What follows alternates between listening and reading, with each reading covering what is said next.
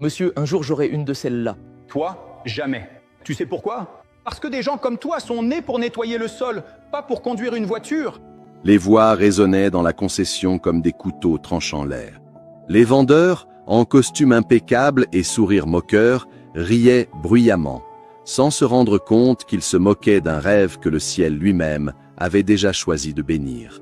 Marcos baissa les yeux, prit une profonde inspiration et continua à nettoyer le sol. À l'extérieur, le silence. À l'intérieur, une prière. « Seigneur, un jour, ils verront. » Orphelin de père, Marcos subvenait aux besoins de sa mère malade avec le peu qu'il gagnait. Il y allait à vélo. Il apportait son repas, économisait chaque centime. Mais en lui brûlait un but, voir sa mère à l'aise, dans une voiture, libérée des files d'attente pour le bus et des douleurs au dos. Pendant ses temps libres, il observait les voitures de luxe, posait des questions aux mécaniciens, notait les prix, apprenait tout ce qu'il pouvait. Mais il suffisait qu'il s'approche des modèles chers pour que les moqueries reprennent. Voilà le pauvre rêveur qui arrive. Tu vas cirer ou piloter aujourd'hui?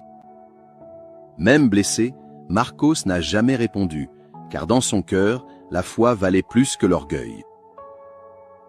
Un jour, un vieil homme est entré dans le magasin.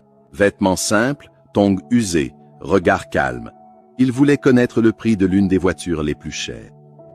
Les vendeurs l'ont dévisagé de la tête aux pieds et ont ri. Encore une fois. Le lendemain, le vieil homme est revenu. Il a été ignoré, mais pas par Marcos. « Puis-je vous aider, monsieur ?» Le gérant s'est moqué. « Tu vas jouer au vendeur maintenant, Marcos ?»« Laissez, patron. Il aime les voitures comme moi. » Et là, avec humilité et une lueur dans les yeux, Marcos a commencé à parler. Il a présenté la voiture comme s'il en était le propriétaire, a parlé de confort, de sécurité, de détails qu'il avait appris rien qu'en observant. Il a parlé avec passion, avec sincérité, avec foi. L'homme écoutait tout en silence. À la fin, il a demandé « Si vous pouviez choisir n'importe quelle voiture ici, laquelle prendriez-vous » Marcos prit une grande inspiration et répondit « Celui-ci. C'est sûr, spacieux. Ma mère en deuil aurait le réconfort qu'elle n'a jamais eu. » Le vieil homme sourit, appela le directeur et dit d'une voix ferme « Ce jeune homme m'a vendu la voiture. J'en prendrai 2. Un pour moi et un pour lui. » Silence. Le rire a disparu. Les costumes ont perdu leur éclat. Cet homme simple était Antonio, l'un des plus grands agriculteurs de la région. Il a payé en espèces et avant de partir, il a laissé un message. « Faites la promotion de Marcos. Il a ce qui te manque.